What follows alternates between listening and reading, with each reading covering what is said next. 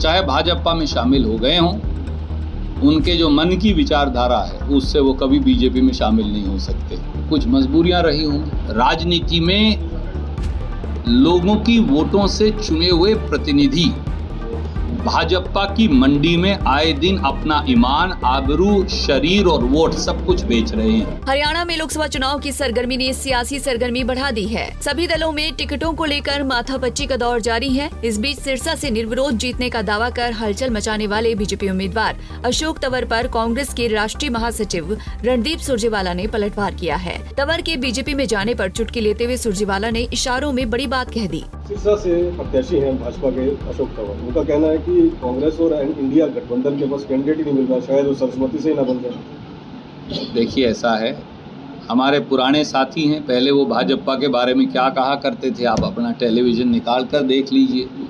इसलिए जब नया नया आदमी किसी दल में शामिल होता है और ख़ास तौर से भाजपा में, तो मजबूरी के तहत बहुत सारी बातें कहनी पड़ती हैं, नहीं तो टिकट ही काट दें शायद दे के। इसको लेकर जब उनसे सवाल पूछा ना, वो कहते थे मुझे ज्ञान नहीं था, अब ज्ञान हुआ है। ये अच्छी बात है, ज्ञान तो कभी भी हो सकता है। मुझे अच्छा लगा कि उनको अब ज्ञान हुआ।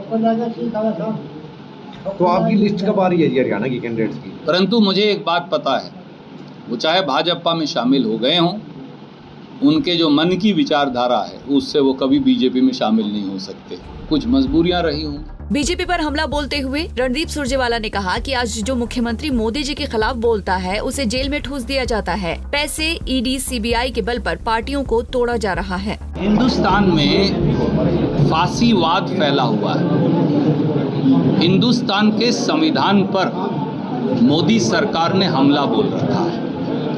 हिंदुस्तान के प्रजातंत्र को बुलडोजर के नीचे रौंदा जा रहा है।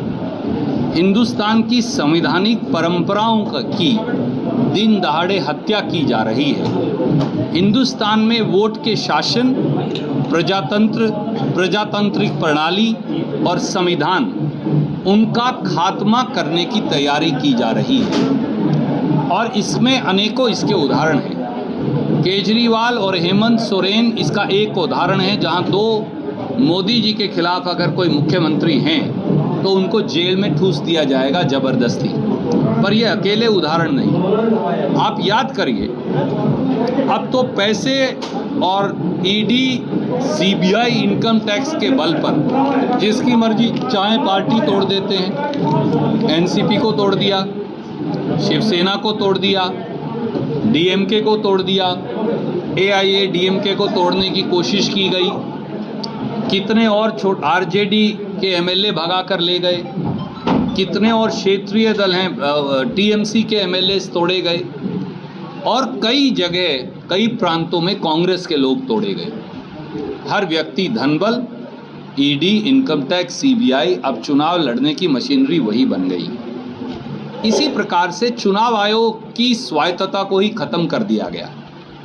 सुप्रीम कोर्ट ये कहती है कि चीफ जस्टिस ऑफ इंडिया, प्रधानमंत्री, विपक्ष के नेता की कमेटी होगी। आप सुप्रीम कोर्ट के फैसले को निरस्त करने के लिए कानून लाते हैं, कहते हैं मैं और मेरा मंत्री फैसला करेंगे, तो फिर चुनाव कैसे होगा? इसलिए इस देश में अब प्रजातंत्र पर आखिरी हमला बोला जा रहा है।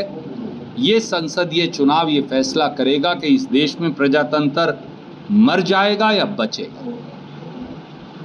आपने जैसे कहा कि 50 करोड़ देकर एमएलए खरीद लेते हैं, तो क्या राजनीति में मोरालिटी नाम की कोई चीज़ नहीं बची? भारतीय जनता पार्टी ने राजनीति में नैतिकता की हत्या कर दी है। राजनीति में लोगों की वोटों से चुने हुए प्रतिनिधि भाजपा की मंडी में आए दिन अपना ईमान, आबरू, शरीर और वोट सब कुछ बेच रहे हैं। अब ये निर्णय लोगों को करना है कि क्या ऐसी भाजपा को उनकी वोट का अधिकार भी है या नहीं। मैं ये लोगों के विवेक पर छोड़ता हूं। बीजेपी के 400 पार के नारे पर तंज कसते हुए सुरजेवाला ने कहा कि इन्हें असल में 200 सीट भी नहीं आ रही हैं, इसीलिए हरियाणा की तर्ज पर 75 पार के नारे दे रहे हैं। बीजेपी वाले 400 पार का नारा दे रहे हैं, आप क्या संभावना? जैसा मेरे दोस्त विनीत पूनिया ने कहा, इनको 200 सीट नहीं आ रही, उसके लाले पड़े हैं, इसलिए ये 75 पार वाली झूठ अब देश में बोलने की कोशिश कर रहे हैं। बता दें कि लंबे समय तक कांग्रेस में रहे अशोक तंवर आम आदमी पार्टी से होते हुए बीजेपी में शामिल हुए। पार्टी में शामिल होने के महज 51 दिन के अंदर बीजेपी ने सिरसा से मौजूदा सांसद सुनीता दुग्गल का टिकट काटकर उन्हें चुनाव मैदान में उतार दिया।